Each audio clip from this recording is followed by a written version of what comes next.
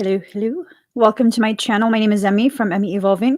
If this is your first time joining me, thank you for finding me. If this is not your first time, thank you for coming back.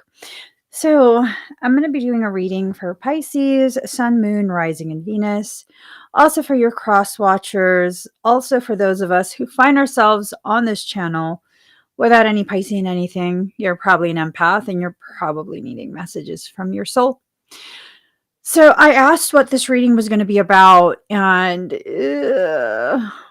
what I heard was, is this wish fulfillment or another game?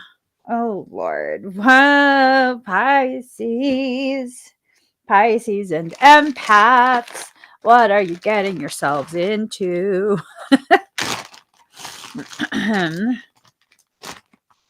All right.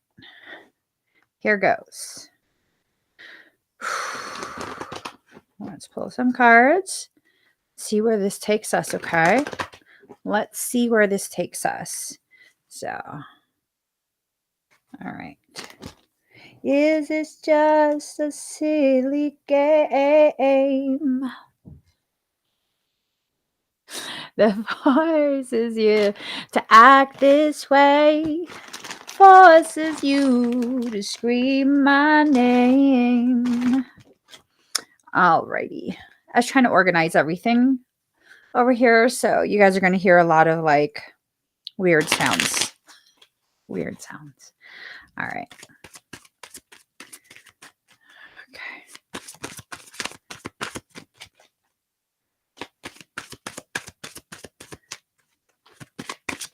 Ah! Okay, some cards fell out. All right. I already knew. Oh, y'all. Forces you to act this way. Forces you to scream my name. Then pretend that you can't stay. Oh, my eyes itchy. We'll use that as a clarifier deck. All right, let's get started. Oh, Lord, what happened here? Oh, it's half. Okay. Right from the start. An upside down masculine. So this is a masculine energy. They're upside down in their life. And in that upside down state, their thought process really just is not the healthiest right now. Okay. This could be a man, this can be someone who has manly energy. We don't really know. Okay. So it's a masculine that is upside down in the way they perceive, the way they feel, kind of like their life went upside down. The magic is upside down as well. That magical process that can happen to help get you to that next level of awareness, that next level of decision making, manifestation, all of that, that's upside down. Like, it seems like the whole thing has kind of just been turned on its head. This lack of, see, it's ancestors and remembrance. I almost feel like it's a lack of willingness to listen to your ancestors. The masculine is not wanting to listen to like whatever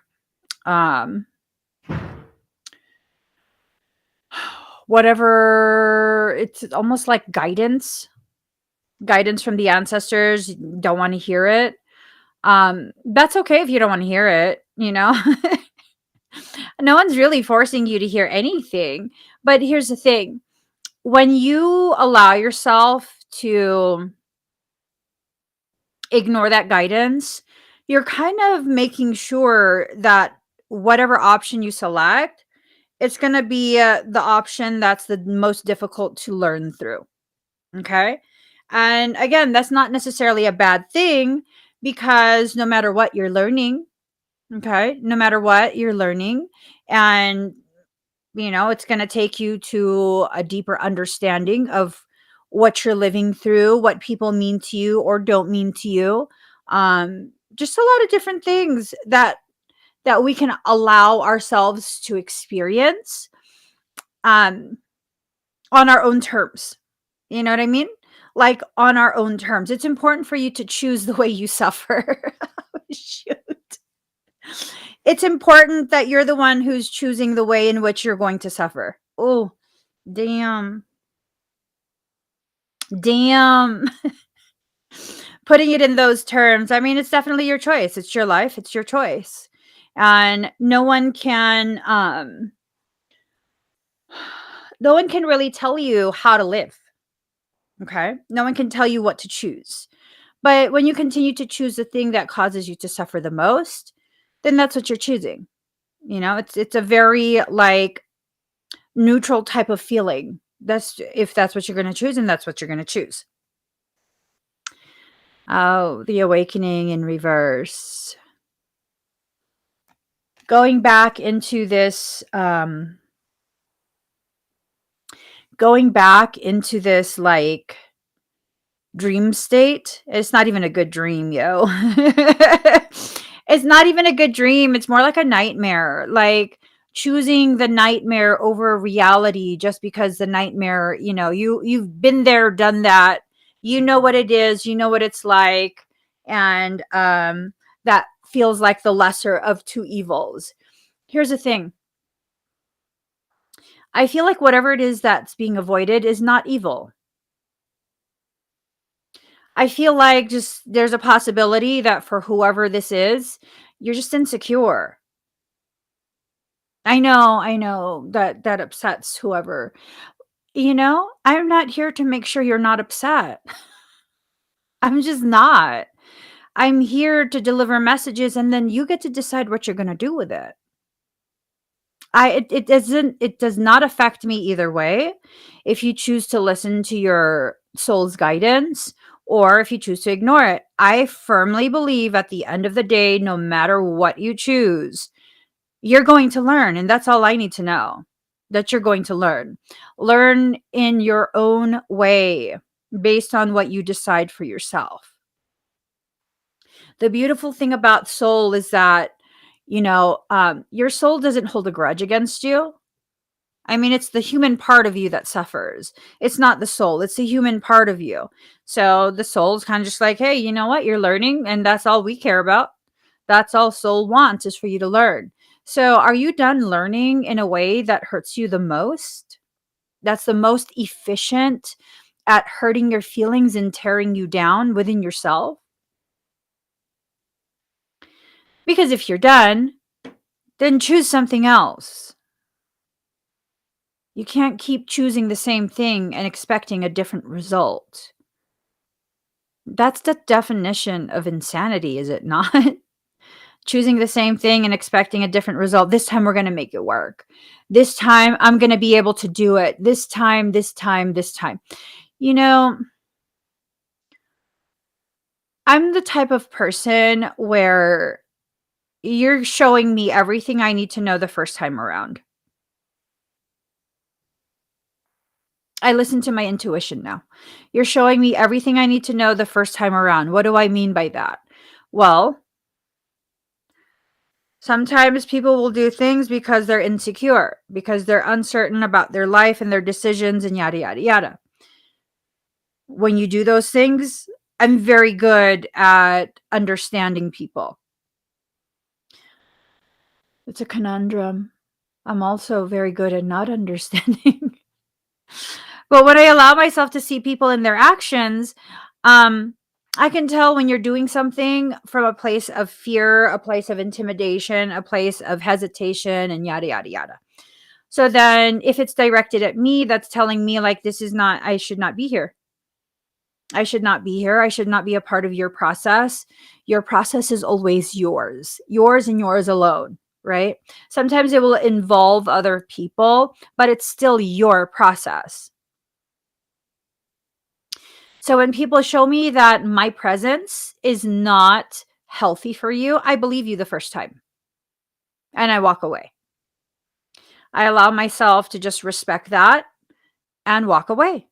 That's okay. You don't need to value me. You don't need to keep me in your life. You don't need to do any of that. And that's just me respecting people's decisions.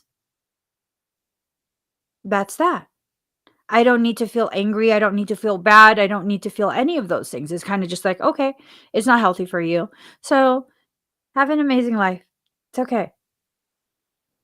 But for some, and I'm assuming this is the some who this reading will resonate for, um, it's like doing the same damn thing. It's Groundhog's Day, doing the same thing over and over and over. And whenever there's an opportunity to walk away, um, it's either you or the other person like, no, we can make it work. We can make it work. But it hasn't worked. If you cannot be who you are in their presence and they cannot be who they are in your presence, how is that going to work? It's going to require one of you to give yourself up completely. And if that's the case, that's not love. That is definitely not love. That's an attempt to own someone else. Very unhealthy. It comes from a place of lack of knowing your worth. Um, you know, kind of pointing out when someone has insecurities. It's not me pointing out that you're less than. It's me pointing out that you're so much more than what you're giving yourself credit for. Like I said, I'm not here to sugarcoat things. I'm not here to make friends. I'm here to give messages in accordance with what my soul is telling me. So for some, this is really about finally being honest with yourself and finally just making a decision and sticking with it. Okay? You have to make whatever your decision is and stick with it. If you really want to hold on to the bitter end, and just know they call it the bitter end for a reason. They call it the bitter end for a reason. Hold on then. See it through, work it out. But I promise you, if you have to compromise who you are in order to make it work, that's not making it work. That's not making it work. And I saw this video, not Anne, but I saw this video of, I believe her name is Eartha Kitt.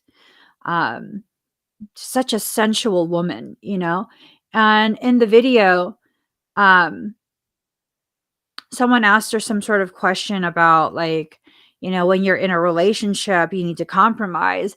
And she totally laughed wildly. And that got my attention because I'm like, what? I don't understand.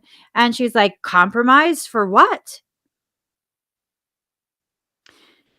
That she needed to fall so deeply in love with herself and have someone fall in love with being allowed to experience her self-love with them. You know what I mean? Like allowing someone to witness you in your process of self-love and allowing them, giving them permission to be present as you do this. Why are you with the person that you're with? Because society told you need to have someone? Because someone outside of you told you that this is how you're supposed to live. And unless you get married by X age, unless you get married, have children by Y age, and unless you own a house by blah, blah, blah, and make this much money and, travel this many times per year and are able to document it on your social media. And unless you have X amount of followers, and yet, it's all bullshit. It's all a game. It's all a game. Anything short of someone being with me just to witness and maybe be a part of, my process of returning back to a place of self-love, really don't need it. I really, really don't need it. Mm-mm. It's nice to have someone to do things with. a companion. It's nice to be able to enjoy the enjoyable parts of your life with another person present.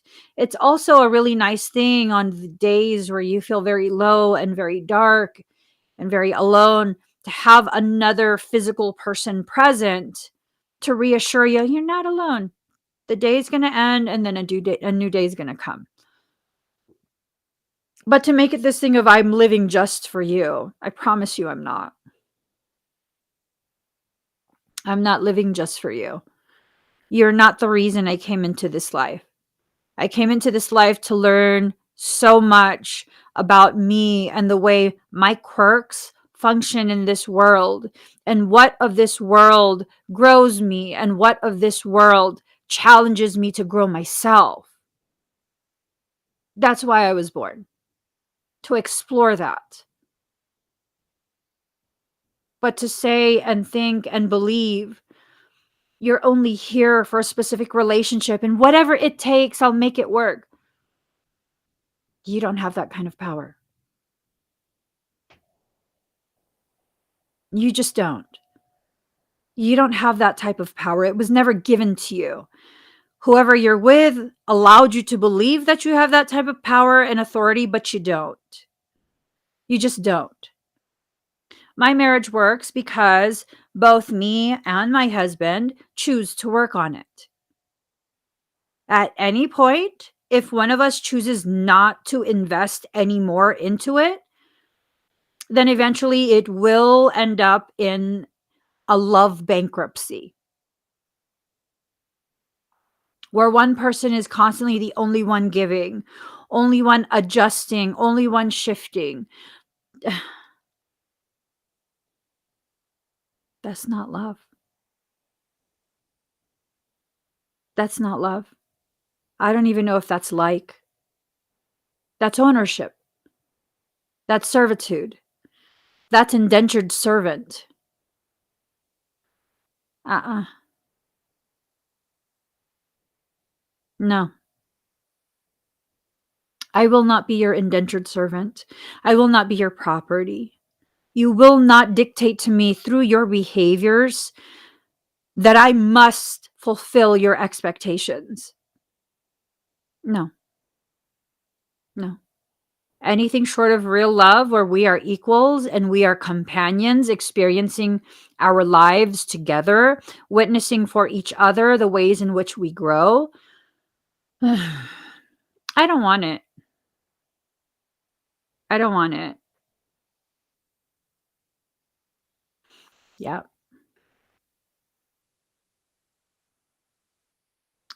You can't even control your children.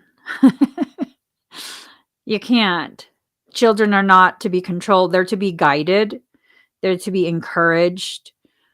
You're not going to control your children. And the more you try, the more those children will learn to not trust you. What is going on with my eye?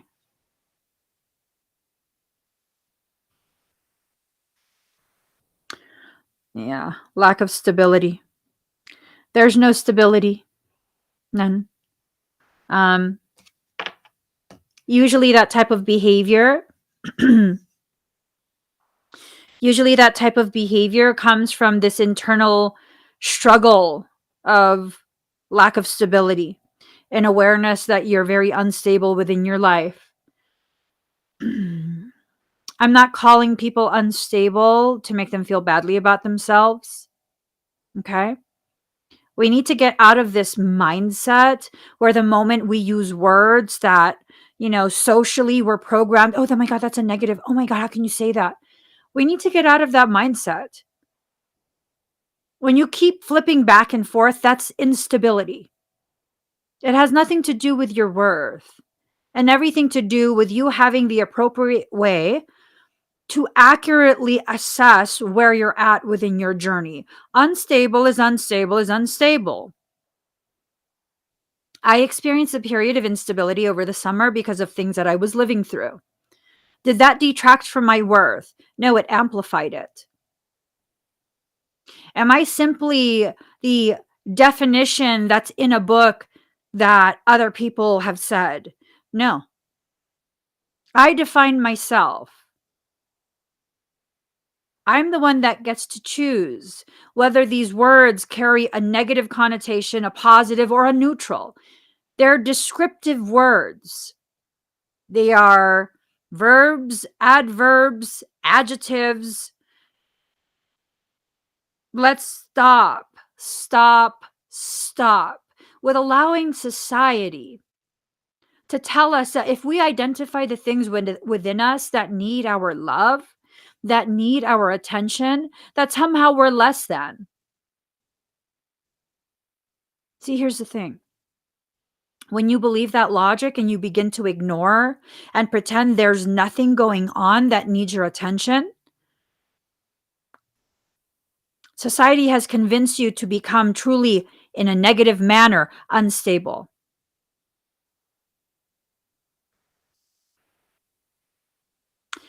What if you've been unstable for a very long time? What's your definition of stable? What society says?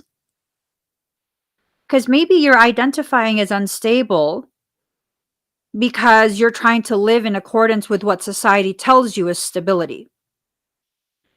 I lived in an RV for several years and traveled nonstop with my children and my husband and our pets. People consistently told me, that's so unstable for children. Do you know how ridiculously intelligent and well versed my children are? They are fully aware that in different regions of this specific country that we live in, there are cultures and subcultures that only exist in that environment. And they've learned tolerance, okay? They've learned acceptance, okay? They've learned unified diversity. Like, you don't have to be like me. I don't have to be like you. Oh, hey, I see these behavioral patterns. I see the manner in which you speak. Oh, you must be from that region. Oh, I like that region. But, oh, we're unstable. We're unable to provide our children stability. We have to make sure the definitions we set for ourselves come from us. Exactly, Universal D. You move freely like you want or need.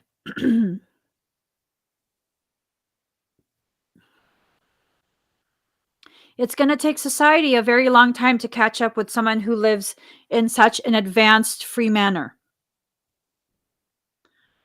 Yeah. It's going to take society a very long time.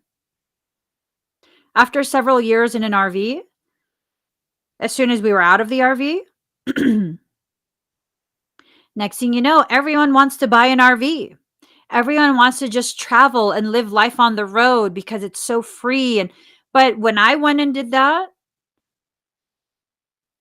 everyone's like, you're crazy. You are insane. You have all of these kids and you're living in an RV like a total vagabond. A vagabond? You're totally being transient. What? I know people who chose to buy a house minutes away from where they live, and they've never been anywhere else. I mean, of course, they've done the travel to the pre-approved social media standard norms. You know what I mean? Like, of course, okay, this time of year, you got to go to Vegas. Okay, now you got to go to Disneyland. Okay, now you got to go to Hawaii. Okay. Anything outside of those, like, it doesn't exist. It's Narnia.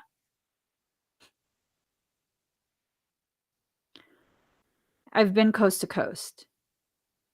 It's not me bragging. I'm just making a statement.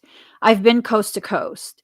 I know certain areas make me feel so happy, makes me feel so alive, makes me feel. And then other areas, I'm kind of just like, no, just no, Between Texas and Georgia, In the South, just no. I cannot. Mm-mm. No. I feel some sort of way. I don't know if it's past life stuff. I don't know. I just know. Mm-mm. Has nothing to do with the people, has nothing to do with the culture, has everything to do with the land. Just mm-mm. Arkansas is beautiful. I love hot springs. I love it. I love the Carolinas. I love the Virginias. Florida, not so much. My hair got real big. It was just too, no. Have you ever thought of how the land itself affects you and your behavior, your mindset, all of that? Not the culture within that region. I'm talking about the land itself. Something I realized. I always managed to find myself living on a mountain. For the past couple of years, I found myself living on a mountain. Okay. And no matter what state I'm in, I'm on a mother effing mountain. And it's kind of like, why am I always on a mountain? The air is so thin. I have small nostrils. I should be living at ground level, sea level. No. I came to the realization that I have to be in a place of elevation. Why? I'm closer to the sun. Because of certain conditions that I have, it's very hard for me to synthesize vitamin D despite being exposed to the sun with no sunblock. And no, I don't go and tan. So I need to be on a mother effing mountaintop. And that's just that. That's just that. I need to be on a mountaintop so I can get more intense rays of sun in the short periods that I'm outside. And that's that. That's where I feel the healthiest. That's absolutely where I feel the healthiest. But society would tell me, like my brother was joking around with me, and he asked me the elevation, right? And oh, this was like last year or something like that. He asked me the elevation of where I was, and I was like double Denver. And he's like, "You're crazy. Come down off the mountain. The tsunami is not coming." They were joking. And I'm just like, uh-uh. I belong on a mountaintop. I belong on a mountaintop. I belong above sea level. I just know what I need. I can feel it. Do you know what you need? Can you feel it? Have you allowed yourself to feel anything outside of what society tells you? Oh, they did. They did, Maria. From my angle, you did a fantastic thing for your children. They learned so much at that time for sure about life, spent tons of time with parents, which is very important for them. Anyone who knows me in real life knows that, like, they call me Mother Goose sometimes. My one of my siblings was um talking about me and my children to their friend, and he's like, yeah, she's like a mother goose, I swear to God. Whatever room she goes in, all the kids follow. Yeah, no, we are ridiculously close. My husband, myself, and our children, we are ridiculously close. Anyone who knows us knows we're consistently like piled up in a area of the house. You know, like my oldest son has the option of moving out, and his friends and stuff have asked him if they want to move in together. And he's like, I actually like my family. He's like, why are people like so eager to move out? I'm like, I don't know. It's just one of those things. Like, you want to have all of these things that you don't want to work for in order to have that. Um, it's like that dream connection, dream relationship. You have to put effort into it. You have to stop with what society is telling you. Society doesn't know caca. It just doesn't. Society has no idea what it's talking about. How can I say this? Why? Because I think I know everything? No, because I think you know yourself. And as a matter of fact, I know you know yourself. You know your life. You know you. It's not about what I know. It's about what you know. It's about what you know.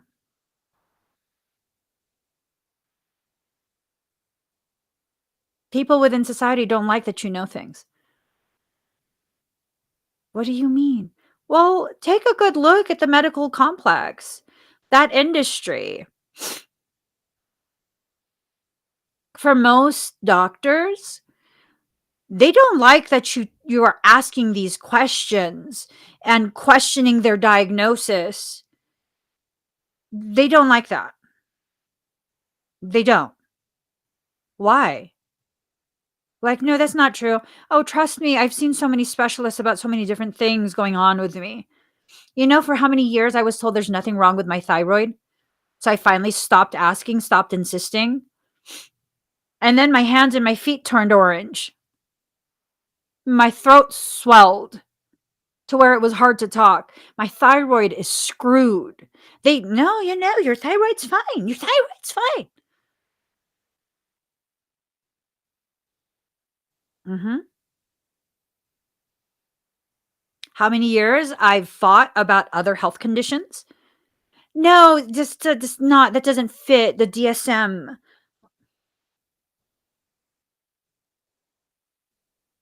I have all the effing symptoms.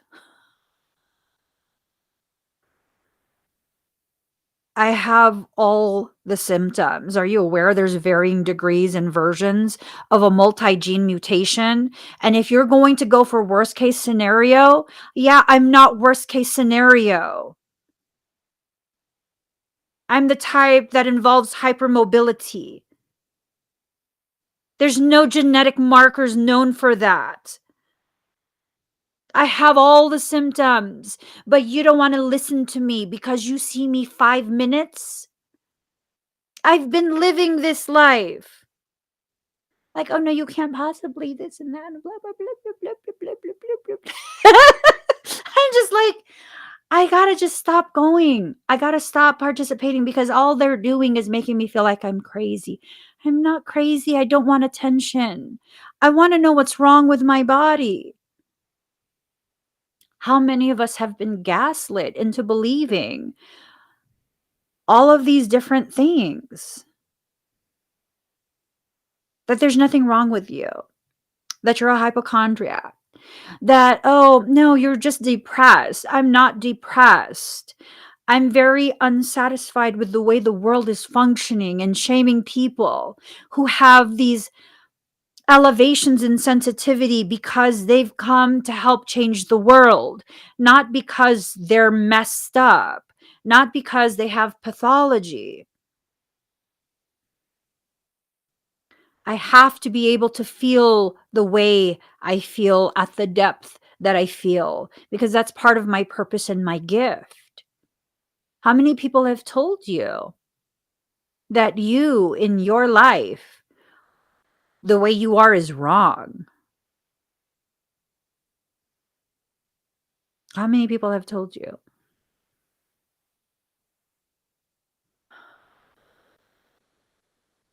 How many people have tried to convince you the decisions you've made for yourself is just not, it's not. It's not okay. It's not okay for you to think for yourself.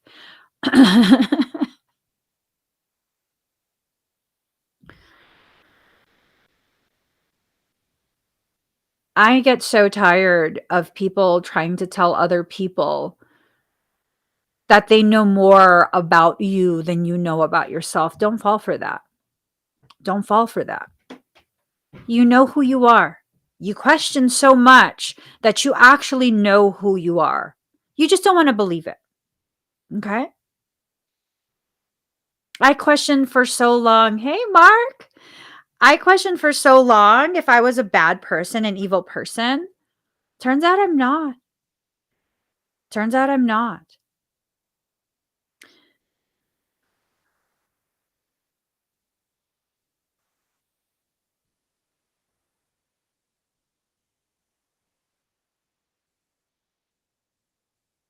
We're told that if we feel anything negative, we're depressed. Are you?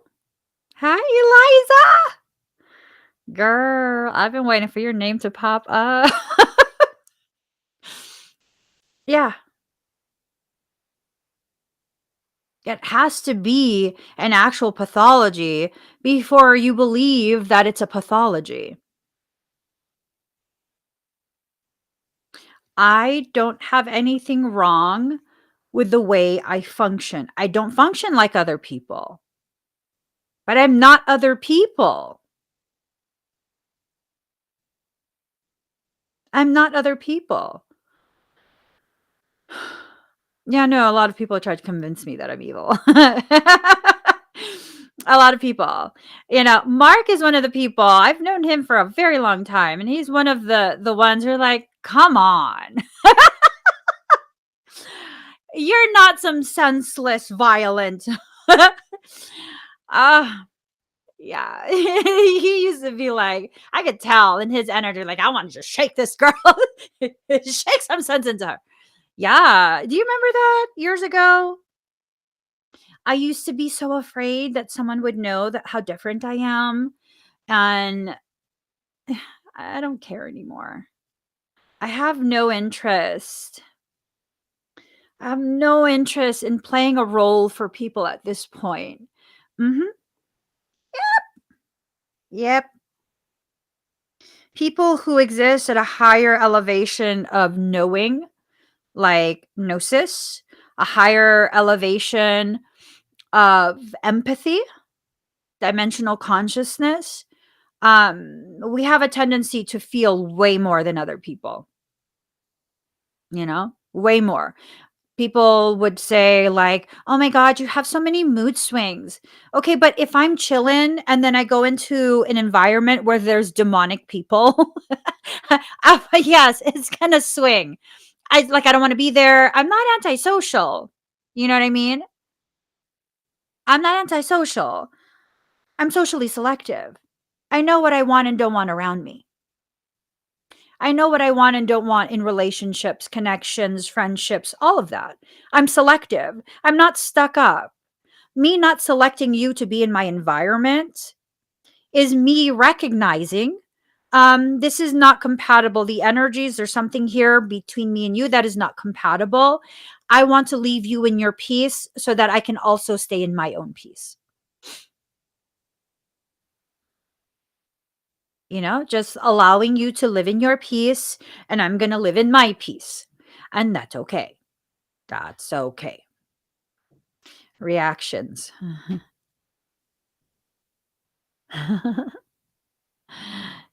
Look at this. Look at this. Look at this. Reactions. Whatever people want to call it. Okay. Whatever people want to call it. My reactions have ensured that I stay alive within myself and within my life. That I stay alive. Some would say that I'm reactive, you know? Um, to what? To people that I can just feel their energy. There is just something wrong. There is just something wrong. This is not compatible with me, my sovereignty, or any of that. There is just something seriously wrong. I can't pinpoint what it is, and I'm just reacting. I've learned to honor this part of me. I've learned when I start to feel that way and I can tell I'm about to be really reactive, I need to just leave. I don't need to fight for my space within that space. I need to just leave. That's okay. It's time to go home. It's perfectly fine. You can have the entire room. It's time for us to step into this place of being a healer. Just really allowing ourselves to heal. You know what I mean? Right, right. Yes. Isn't all of nature reactive to the situations surrounding them? I mean, we don't go and diagnose. You know what I'm saying? So I was watching this video on this Belgian Mal, right? It's a Malinois. It's a breed of dog, highly aggressive. They are work dogs. They're highly intelligent. They got no problem biting. You know what I'm saying? So this is a breed of dog that looks kind of like a German Shepherd, and you have to really know how to handle this dog, okay? Or else this is a major liability. This is not for a new dog owner. You have to have a lot of experience with dogs to know their psychology and how to be a strong pack leader. And this video that I saw on TikTok, this dog must have been like 3 months old, 4 months old, something like that. It's obviously a puppy. And he took this puppy to Times Square. It looked like Times Square. And people are coming up and wanting to touch the dog, and the dog is like, "Rah, rah, rah, rah, rah, rah," snapping at people and stuff. But oh my God, it's cute because it's a puppy. It's a Mal. Okay, here's the thing. The dog has no problem. That's natural dog behavior. If you are weak and not in control of the environment based on pack hierarchy, that puppy, even though it's still a puppy, it will take the proper place of the leader and protect the pack. Yeah, that's fear aggression. That's not an aggressive dog. That's a fear based aggression. That means you, as its leader, is not protecting it. So, what if it's your inner child that's this puppy, and you, as the leader, the one that's leading this childlike aspect of you into environments that feel unsafe, that's what's lashing out. I don't lash out like that anymore in person. Why? No, honey, we don't belong here. This is not our place. This is not our people. It's time to go. It's time to go. We just need to go. Because there's times I can be really confrontational in person. Like before, say something to me that, what'd you say? You best believe Oakland's coming out of me right now. What'd you say to me? No, honey. You don't need to know what they said. You don't need confirmation. You heard what they said. That's why you're asking what they said, so that you can have an excuse to lash the F out. No, we deserve better than this. Leave the peasantry to the peasants. Keep walking. Keep walking. That's not defending yourself anymore because you're attempting to engage something, someone. That's no longer defending yourself. Mm-mm. First and foremost, I do not need to explain myself to anyone. No, I don't need you to understand me. I don't need you to give me permission. Like, no, I'ma just walk away. I'm good. I'm just good. I'm so good. I'm just good now. Now I'm just like, whatever. I don't care. You're having a bad day. It's not going to trickle over here. I'm good. I'm gone. That's how you keep your power. There will be times where you might need to show up. You might need to show up with all of your spiritual weaponry. You decide that, though. You decide that. Do you know how powerful you have to be to not show up to every single battle? To pick and choose which wars will expand your internal empire. Do you know how human behavior is? We're animals, okay? Those who are trying to establish their place within social environments, they will go after the one that is the strongest. Why? Because they're trying to establish the hierarchy and their place within it.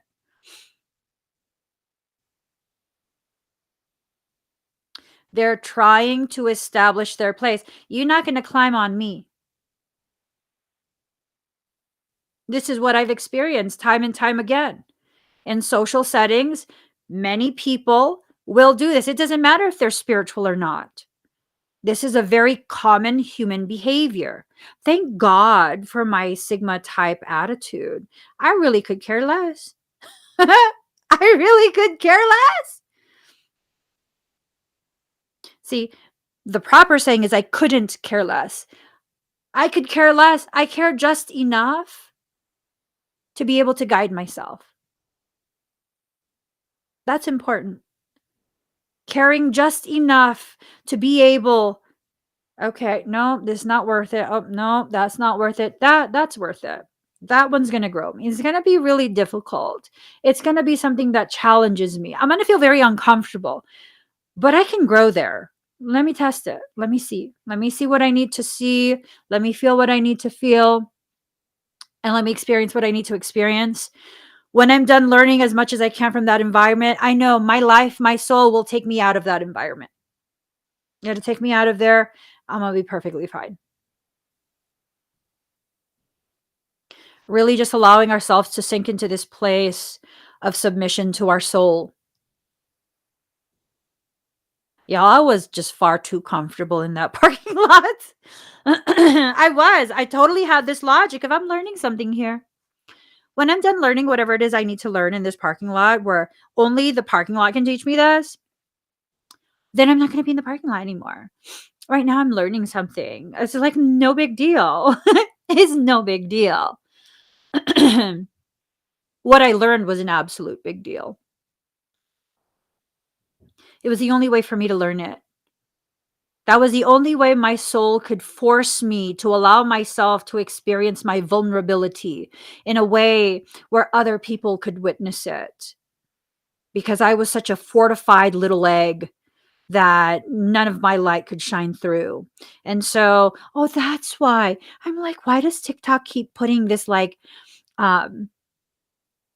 shell removal challenge? You take like a regular raw egg and you have to remove the shell without breaking the membrane and spilling the egg out. That's what I was doing. Ah, oh my God. That was amazing. Now I get it. Now I get it. Sometimes we have to go through processes where little bits and little bits and little bits, just tiny little pieces of the egg are being pulled off. Oh,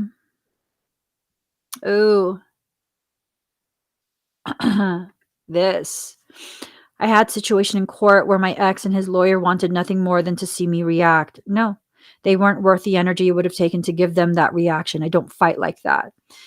Sometimes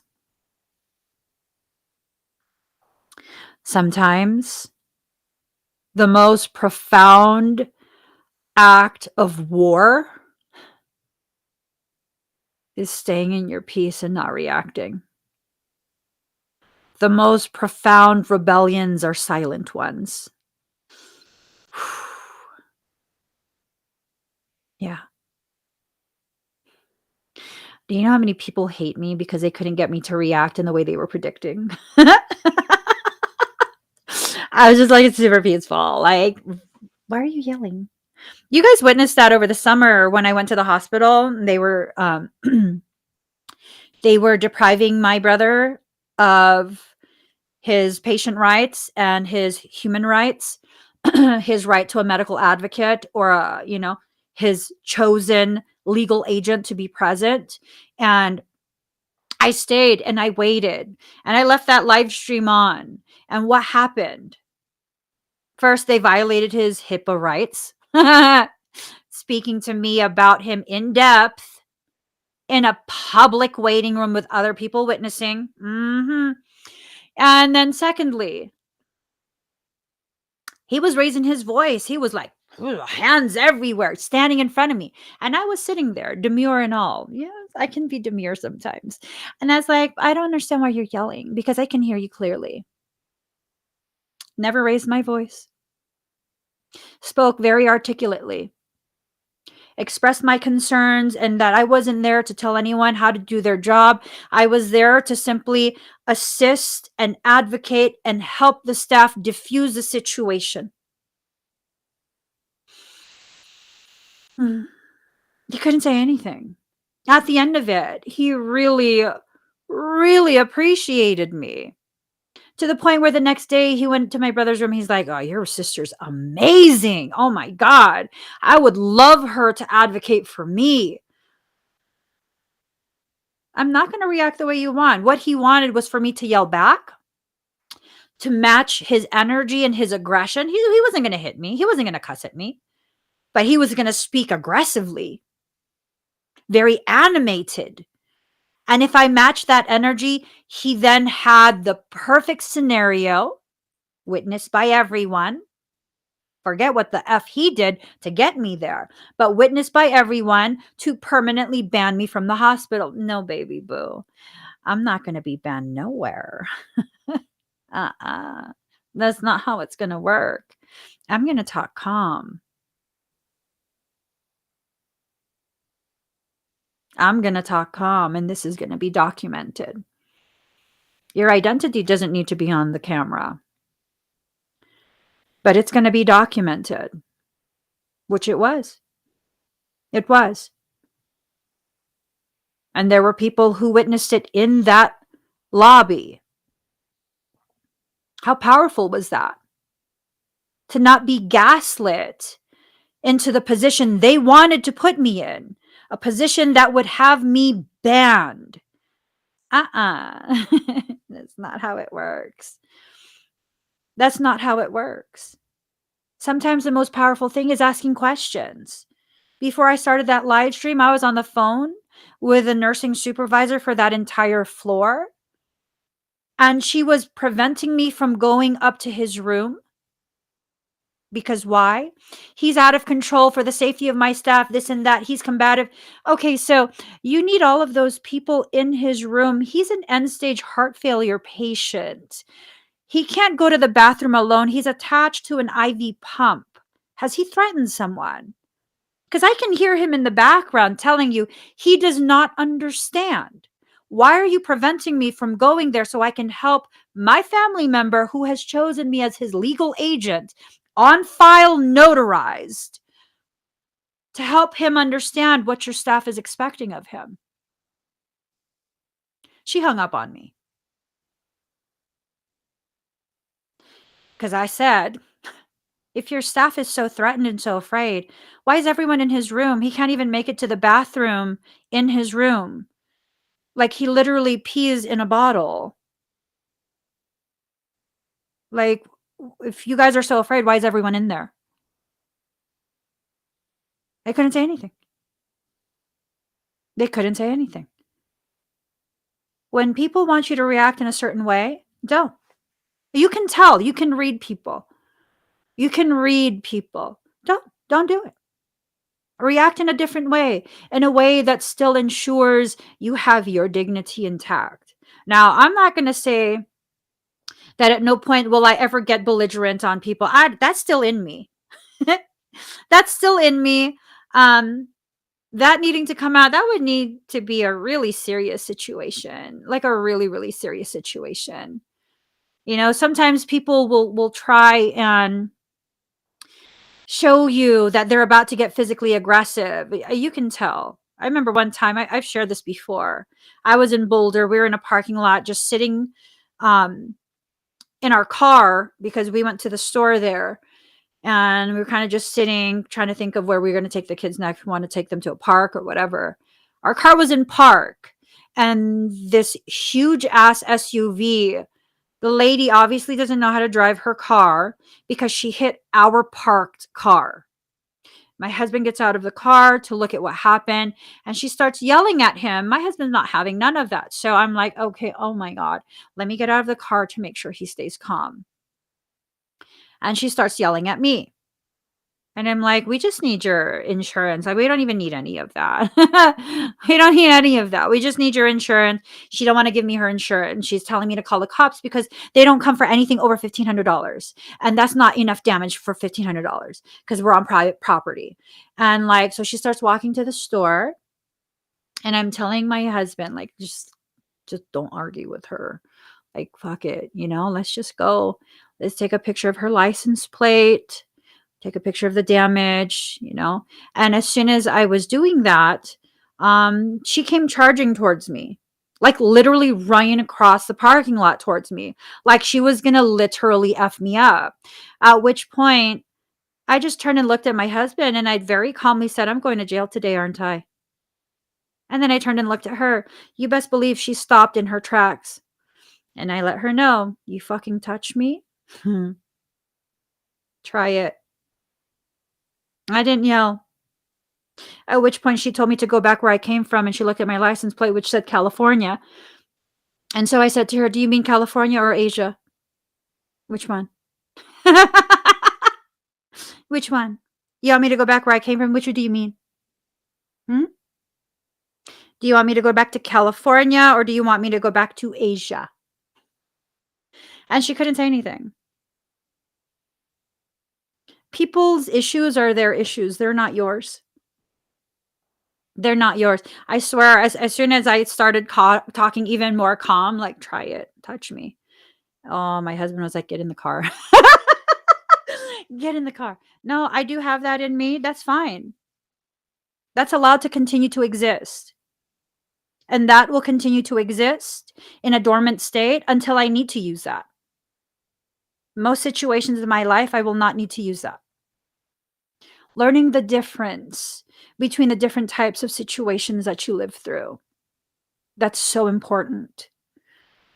Are you going through a period of wish fulfillment or is this another game? Is this another game that you're playing with yourself? Containment. Contain the drama. There's this video. Look up Dramamine. It's a blonde lady. Drama and Dramamine. She's like, "I just take one of these little pills and my drama is contained." Because she read it as drama mine. Drama mine. It's my drama. It's just hilarious. Yes, warrior in a garden. Yes. There's this thing that I've been working through pretty much my entire life of being a peaceful warrior. Allowing yourself to have the skills, the knowledge, the ability to fight a war if needed, but choosing to be a peaceful farmer instead, where you cultivate yourself, your growth, the gardens, the fields, the orchards, making sure that everything you allow to grow will have some sort of purpose, whether it's ornamental to show you the beauty in life, or it's your medicine, or it's your sustenance. Just allowing, okay? Allowing. Yule, rebirth. You're going through a period of rebirth. Rebirth requires the loss of the old you or the current you. Okay? It requires the ending of that period of your life. It doesn't necessarily mean you have to leave. Excuse me.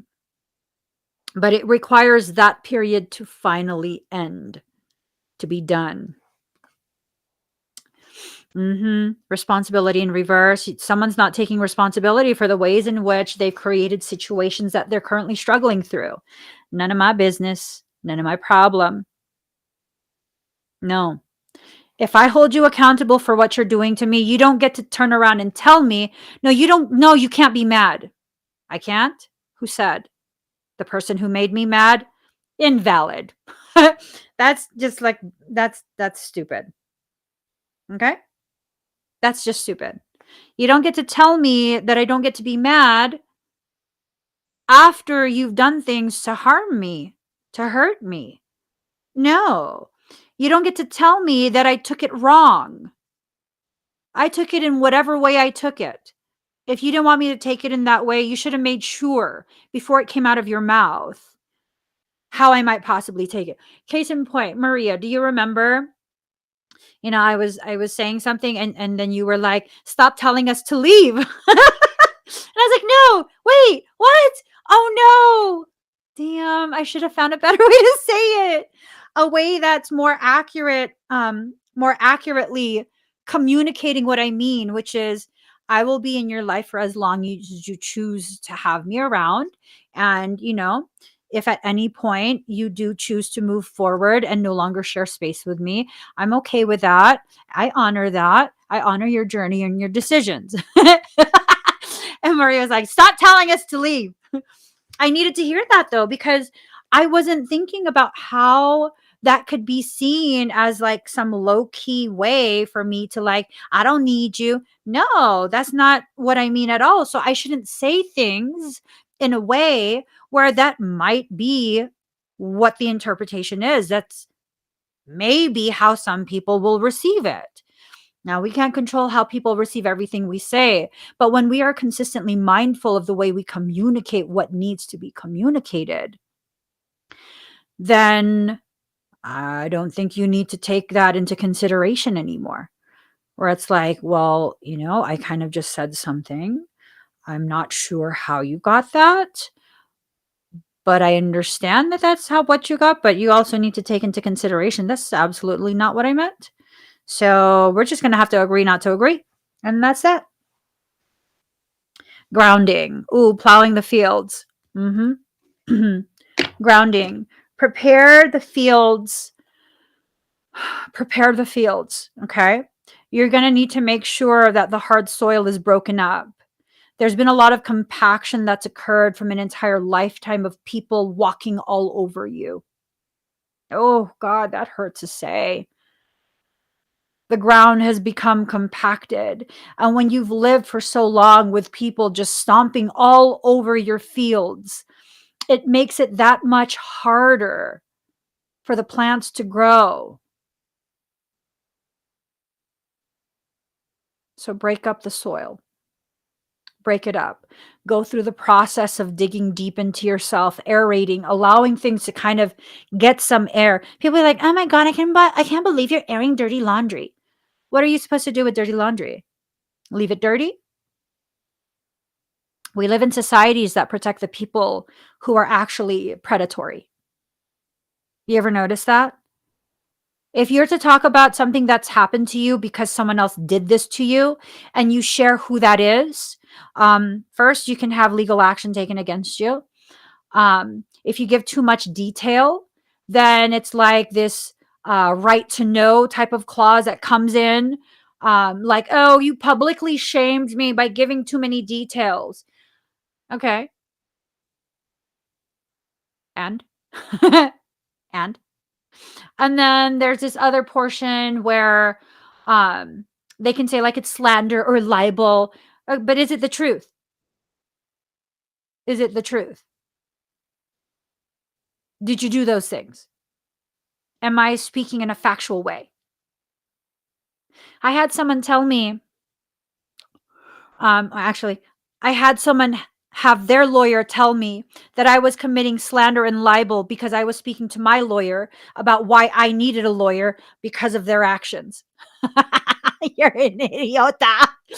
Really? Okay. So, I'm not allowed to say in a factual manner what you did as I'm seeking legal relief.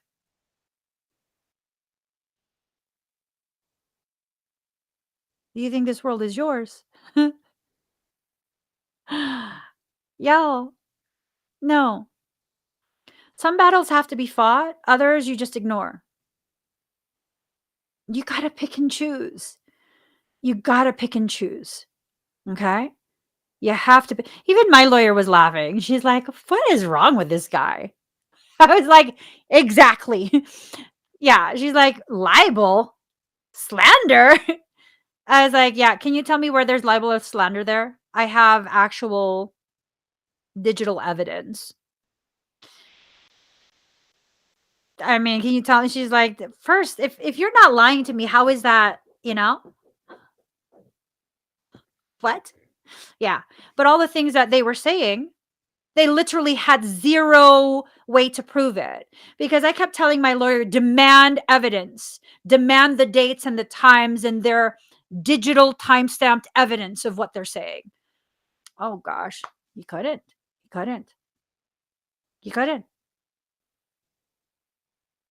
And it wasn't even a fighting thing anymore. It was like, anytime you send me a legal notice, I demand you provide the evidence, time stamped, of what you are accusing me of. I'm not even going to deny it. Not even going to deny it at this point. Prove it. Prove it. And oh my gosh, they took so much of their own energy to do that. They could never prove anything because I didn't do anything. And it really helped to preserve me, my energy, my resources. Otherwise, you'll burn out. Yep. Yes. Burning out is not an option unless you're burning things to clear the fields to prepare to plant new things. Okay. Oh, see, protection on its head. Let me tell you guys a little bit about life from my perspective. This is just from my perspective. Doesn't mean it's more accurate than your perspective. Okay. If you continue to put yourself in environments that are a danger or a hazard to you, your health, mental health, physical safety, financial health, financial safety, all of that, that's on you. That's on you. Like, listen to this logic. There's a gunfight down the street, like literally gunfight, like like a lot of gunfighting. It's still ongoing. I'm going to go there because I want to see what's going on. I'm claiming my sovereign right to safety. You don't get to shoot me because I'm not part of this. I'm just an innocent bystander. I'm protected. I mean, unless you got armor plating, baby boo, you're not protected. So long as you continue to exist in that environment, you will be at risk of being affected by the environment.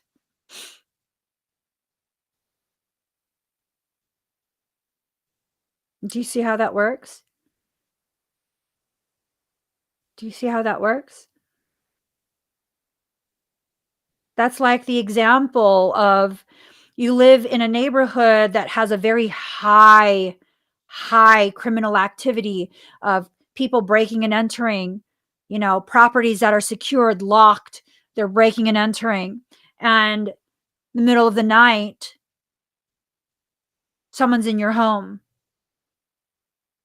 I declare my sovereign right for you to leave. How dare you enter my... Okay, but you didn't even leave your door locked. You know what I mean? I mean, that doesn't give them an automatic right, but it's kind of just like the logic the logic the logic of it. It's not very logical. It's just not very logical. You have to have the appropriate logic for the environments that you're in. You just do. That's the reality of life. When I was a teen, I had a boyfriend who was a gangbanger.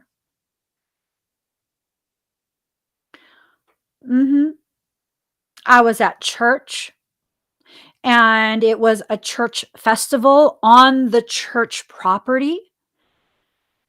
And then there was a drive-by shooting.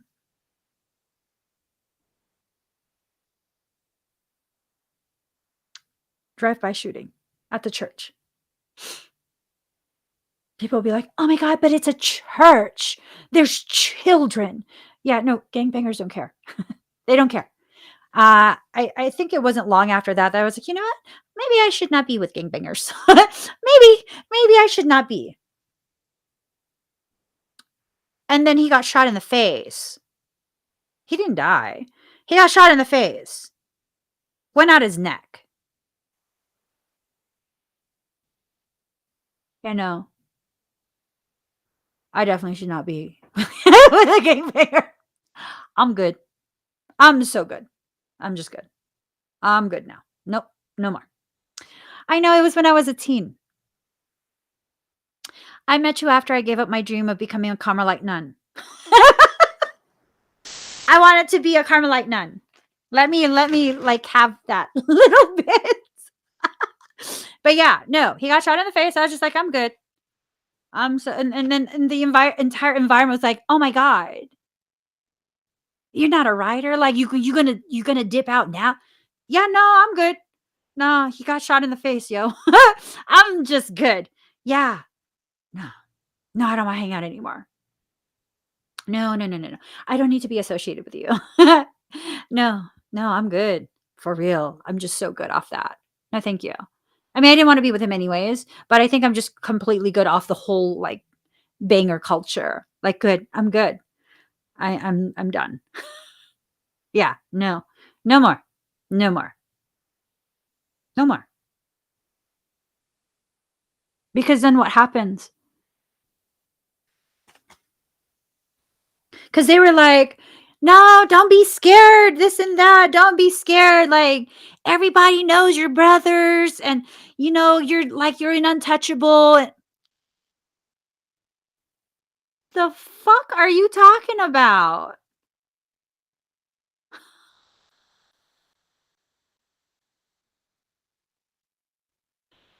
Here's the thing.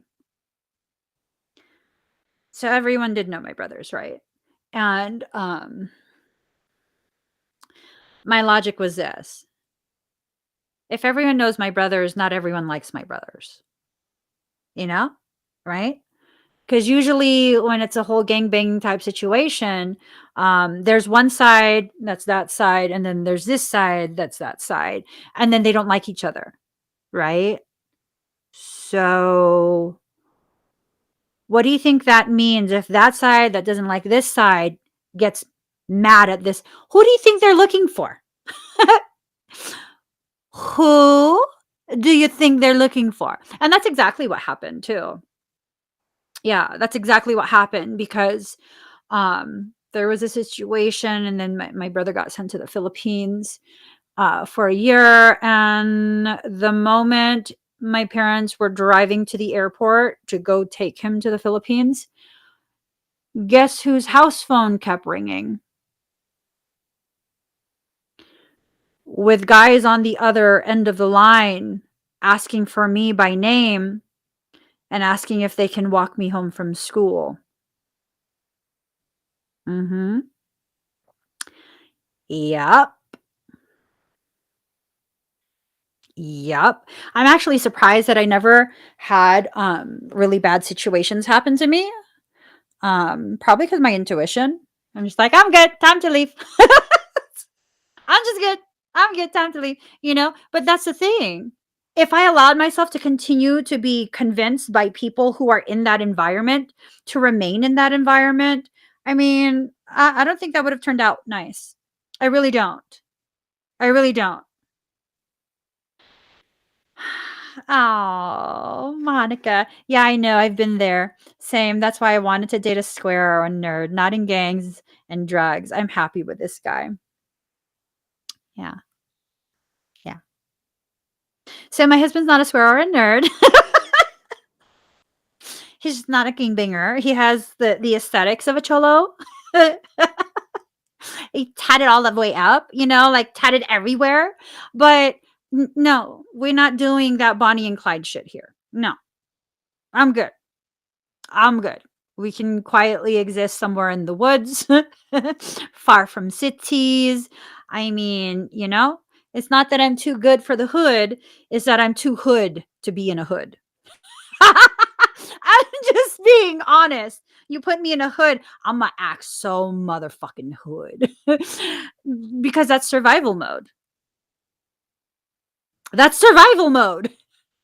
You put me in a hood, I'm gonna be like, hey, hey, I'm just saying. I'm just saying. You just keep me in the forest. Keep me peaceful. Granola. I like plants. I like little baby animals. I like to shoot shit too. Let me stop. We got to get going.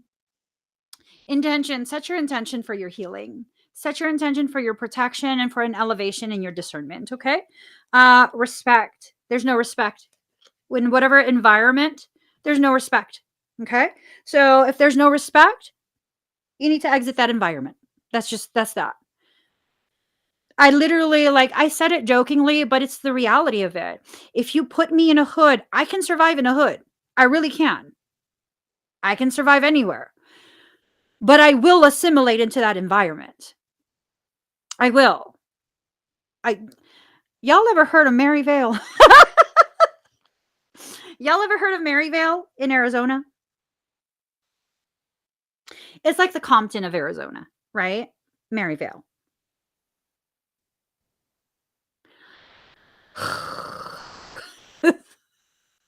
So I'm really at home anywhere. And we decided to move to Maryvale at one point for like a month.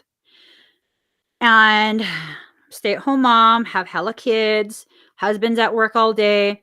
I'm running errands.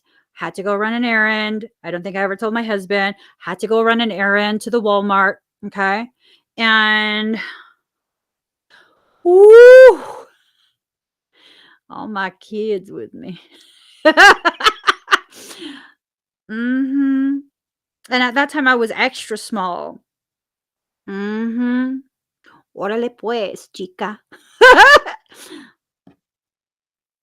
Don't try and fuck with me just because I look Asian.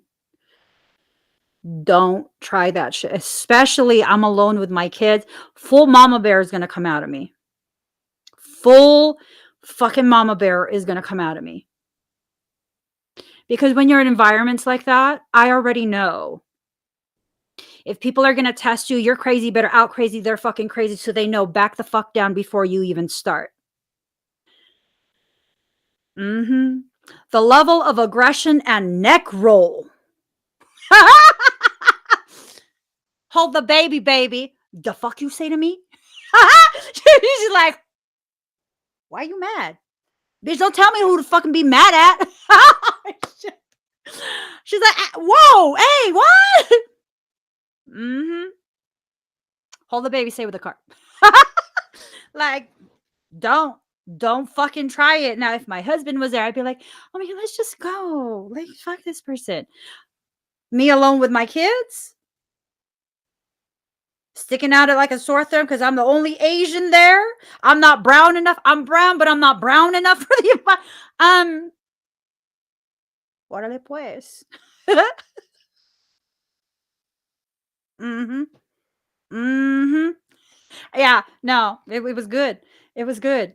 And I was heated. My heart's still pounding thinking of it. I was legit I was ready to fist fight in Walmart. Bitch, you don't know where I come from. Oh shit. I'm East Bay, bitch. Oh shit. Yeah, I was like Oaklandish up in this bitch. Oh my god. Yeah, no. Yeah, I vaguely remember. I don't know if it was the girl or the girl that was with her who was like, "Oh, she ghetto." Yeah. No. Mm-mm. Mm-mm. But why be in that type of environment? It's not why be in the ghetto. It's why be in environments that bring that out of you. Why? Before I didn't care, and I'd be like, I'm gonna be in whatever environment I want to be in. No, honey, you're not compatible with that. I'm not compatible with that type of energy. Seriously, Melba knows you always ready. In the Bay Area, you always ready. You just always ready. I remember I was driving by myself down Mission. In California, driving by myself down Mission. These two girls cut me off. Their car cut me off. They slammed on their brakes. I almost hit their car, and they were laughing. I don't know if maybe they weren't paying attention. And then we ended up side by side at an intersection. I was by myself. If a window is open this much, you can pull it off its track. You literally can pull it off of its track, and that's enough to pull someone's head out of the car. Just saying. Just saying. I'm pretty sure I would have been an amazing mountain climber because that gap is just enough to stick my fingers in. One foot on the door, the other foot on the door, pull the whole fucking thing off its track.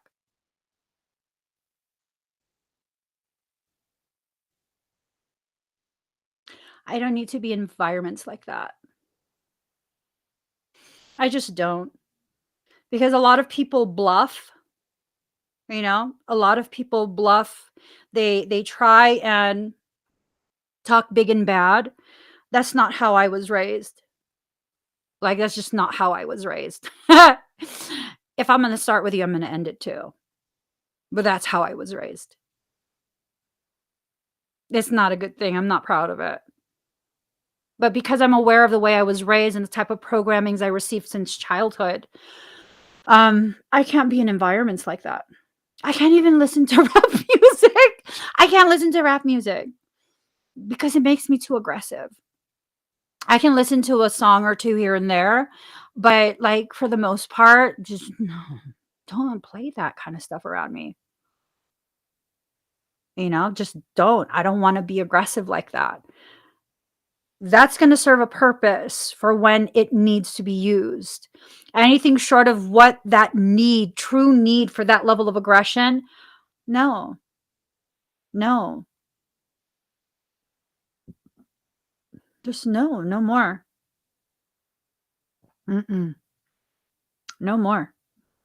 There's no need to give your power away in such a way that other people can control the way you behave. There's no need for that. And people will be like, oh, because you're scared. You're scared. That's why you're not talking. No, it's because you're a fucking idiot. I'm not waste my time talking to you. You're an idiot. Like, you're not even going to understand what I say. And I'm not even going to say that to you. I'm just going to think that's no, it's because you're an idiot. Just keep talking. I'm going to go. I got time to do other things today. I'm not going to use it on you. Mm-mm. Allow yourself to be inspired by your life. Allow your life experiences to inspire you to choose to be the highest expression of your truth and conscious power that you possibly can. That conscious power has to do with you consciously deciding what you choose to do. Bye, Mark. She feels, she knows. You know what situation you're in. You know what situation you need to exit. You know where your life is headed. You know. But here's the thing. As much as you keep telling yourself, oh no, I'm just imagining it. Oh no, that's just a coincidence. Oh no, that can't be right. Oh no, this. Oh no, that. Stop. Just stop. Stop. That's all you had to do. Stop. That's all you have to do. I had one fight. That same girl years later warned everyone to leave me alone. I stayed silent. I'm not even going to sit here and be like, oh yeah, I used to fight all the time. No. What I used to be told all the time is like, because I had brothers who had the reputation that they had, why didn't I fuck with everybody? Because that's not how I am. What are you talking about? Like, you should flex on people. You should punk people because what the F are they going to do? They can't do nothing. You're toxic. Like, no, I'm glad to be a peaceful person.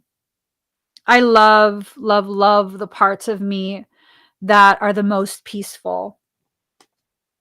You know, it's okay for me to love, love, love the parts of me that are peaceful.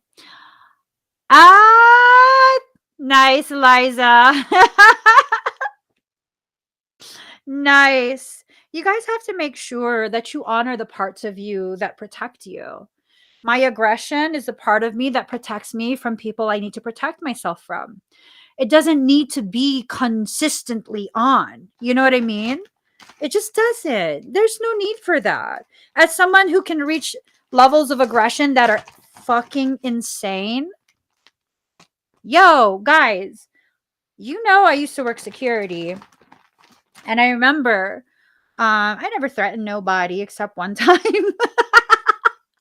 One time we were in the vehicle and we were escorting someone off the property in their car, and my then boyfriend worked security as well, and he was in the front seat. I was driving. I was behind their car. There was another security car behind me, and it was at a stop sign on the outer perimeter of the mall, and you could make a left to exit.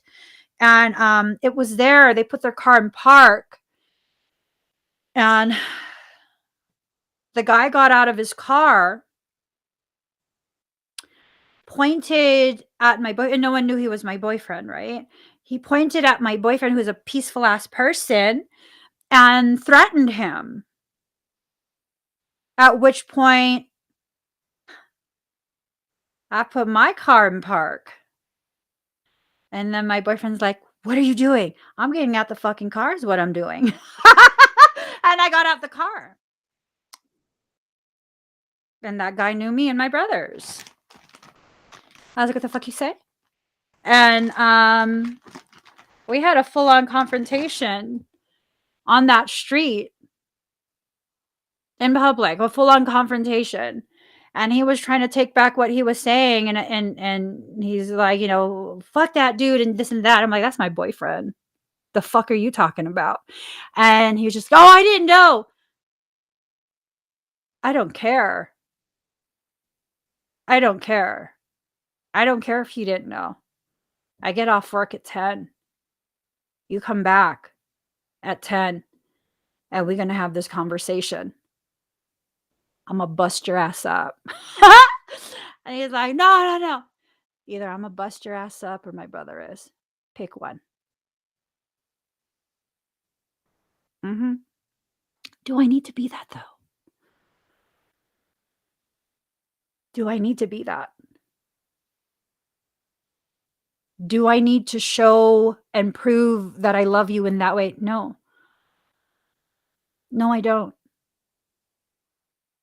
If you can't feel that I love you just from our day to day,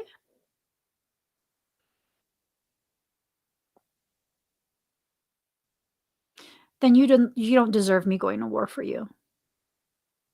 If you still have to question and need me to prove that I love you in that way, you don't deserve me. You don't deserve me. I used to be told I should have been born a boy too. I never had a broken nose though. It was usually me hurting other people. No, I'm joking, no. I wasn't hurting any I wasn't hurting other people. You know, like, we don't need to prove our love in that way. If they can't just accept the way we love them, we need to just leave that alone. The more I left that part of me alone, the more parts of me were able to become fully present and share space with people who can actually love me in a peaceful state. For most of my life, I lived in such a way where I gotta protect myself and I gotta protect everyone that I love. And now it's a really powerful, powerful thing, like a very powerful thing for me to be able to feel and genuinely be able to say, "You guys make me feel safe." I feel like you guys would never let anything happen to me, that you guys would stick up for me, that you guys would support me, that, this is healthy. I don't have to be the one constantly trying to wage a war against the entire world to protect you from the shit that you start. Mm-mm. Like, no. Yep. If you consistently try and deliver that to me, then, you're going to get what you're going to get. And that's just that. I would prefer not. I would prefer not. And it's not that you have to leave me be or any of that. You can try and start whatever you want, but please always be mindful to give me at least a little bit of space to back myself out of there. The moment you take that away from me is the moment I'm going to bulldoze right through you. Just know that. If you're going to start shit with me, leave me a little pathway to tiptoe myself out of there. I don't need to prove I'm bigger and badder than you. I know I am. Just give me a little space. I'm just gonna tiptoe past you, like whatever. You want to think I'm weak? That's fine. I don't care. But don't ever try and block me in because that's when real bad shit happens. Not to me. Not to me. So when people have blocked you in, you're left with no choice but to fight your way out. And if you're left with no choice but to fight your way out, why are you mad at yourself for fighting? That's a decision you had to make to survive the situation you were in. I'm not trying to justify fighting. I'm trying to help you acknowledge the validity of the things you decide for yourself. When I've said mean things, instantly, I regret it afterwards. I feel bad, like, damn, I didn't need to tear you down like that. But did I?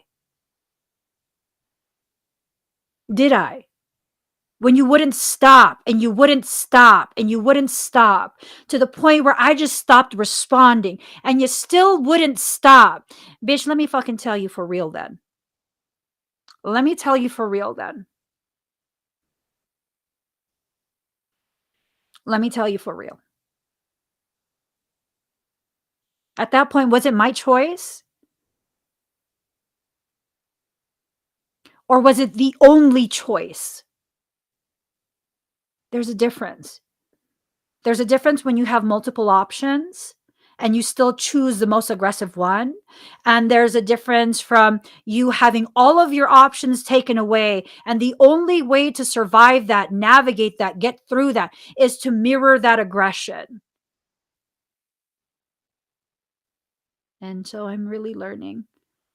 Everything about me exists for a reason. It's a very beautiful reason. I don't understand it all the time, but no matter what, whether I understand it or not, I'm going to honor those parts of me. I'm going to make decisions that better cultivate my personal peace.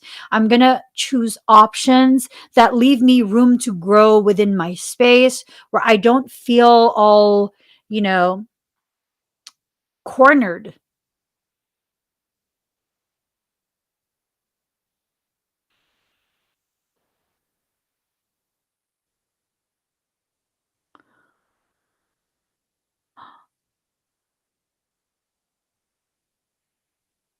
How old was your brother, Maria?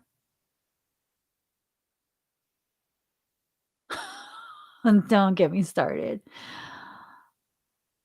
Don't get me started on things like that. Don't get me started. I'm not gonna get started. I gotta get going. We gotta run errands. Um, you know, holidays are coming, tons of family members, and so we gotta get everything ready. You guys, whatever it is, whatever you need to make a decision for, make a decision. What will preserve your internal peace? Stop making your decision based on, oh, but I might hurt people's. No, no. When they corner you and you have to bulldoze through them, that's going to hurt more than you saying, excuse me, as you walk past before they can corner you. I promise. I promise. So make sure that you choose things that are the most healthiest for you, things that will support your growth, your needs, all of that. It's time to begin honoring you. Okay? Honor yourself, honor your life, honor your growth, all of that. It's okay if you still have aggression within you. It's okay if you're still angry. Learn how to use aggression and anger in a way that grows you rather than a way that keeps you stuck in cycles. I'm still an angry person. Am I just angry, or does this anger serve as a fuel for my rise? Instead of being dissipated by me taking it out on everyone. If they weren't there when you were wounded, if they were not the one that injured you, cut into you, don't you dare bleed on people who had nothing to do with that event. Take the time and the space to stitch yourself up. First, cleanse the wound, stitch it shut, bandage it, tend to it, give it time to heal. You deserve that. Stop ripping that wound open just to further punish yourself. Exit the environments that assist you in ripping those wounds back open. Those are the most toxic places for you to exist.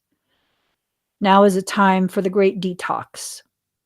Detox your life, detox your mind, detox your emotions and your environments. Don't be afraid to lose things that were never meant to be in your life.